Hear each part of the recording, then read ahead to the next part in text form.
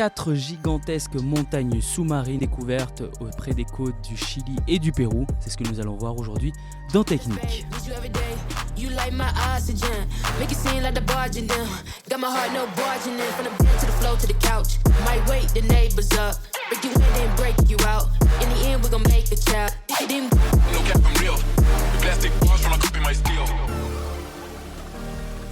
En effet, c'est l'heure de Technique, votre chronique sur l'actualité scientifique calédonienne mais aussi mondiale. Et aujourd'hui, on va parler nature avec 4 gigantesques monts sous-marins découverts au large des côtes du Pérou et du Chili.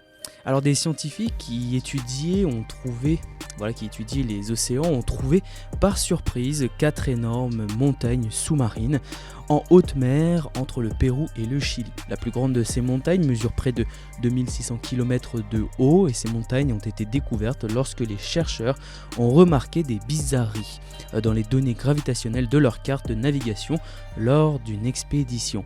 Et ces montagnes pourraient potentiellement être des refuges riches en biodiversité.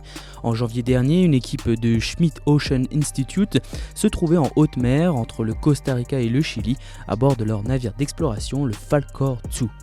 Et en planifiant leur trajet, ils ont remarqué des anomalies gravitationnelles sur certaines zones, indiquant une masse supplémentaire importante sous l'eau. Après une analyse plus poussée, ils ont découvert que ces anomalies correspondaient à de gigantesques montagnes sous-marines non répertoriées auparavant. Et ces montagnes sous-marines, situées entre 460 et 600 km au large des côtes péruviennes et chiliennes, varient en hauteur de 1591 à 2681 mètres. Et le plus grand des monts, situé près du Chili, est particulièrement remarquable, faisant plus de 3 fois la hauteur du Burj Khalifa, le plus haut bâtiment du monde. Alors ces montagnes, cachées à une profondeur de 1150 mètres sous la surface de l'eau, pourraient servir d'habitat pour une grande diversité d'espèces marines. Les montagnes sous-marines sont souvent des points chauds de biodiversité, offrant ainsi des conditions idéales pour la vie marine. Et les chercheurs ont collecté des données à l'aide de techniques de cartographie avancées pour confirmer que ces montagnes n'étaient répertoriées dans aucune base de données existante.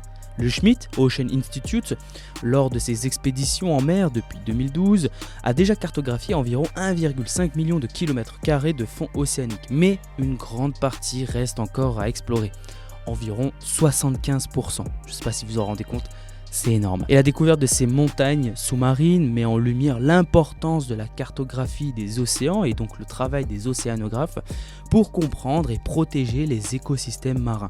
Le projet Seabed en 2030, auquel participe l'Institut, vise à cartographier l'intégralité des fonds marins de la planète d'ici 2030, soulignant l'importance cruciale de cette entreprise pour la préservation de notre planète. Et petite anecdote, pour les fans de One Piece, en gros, c'est ce que Nami essaie de faire avec la cartographie des océans. Voilà, c'était la petite anecdote.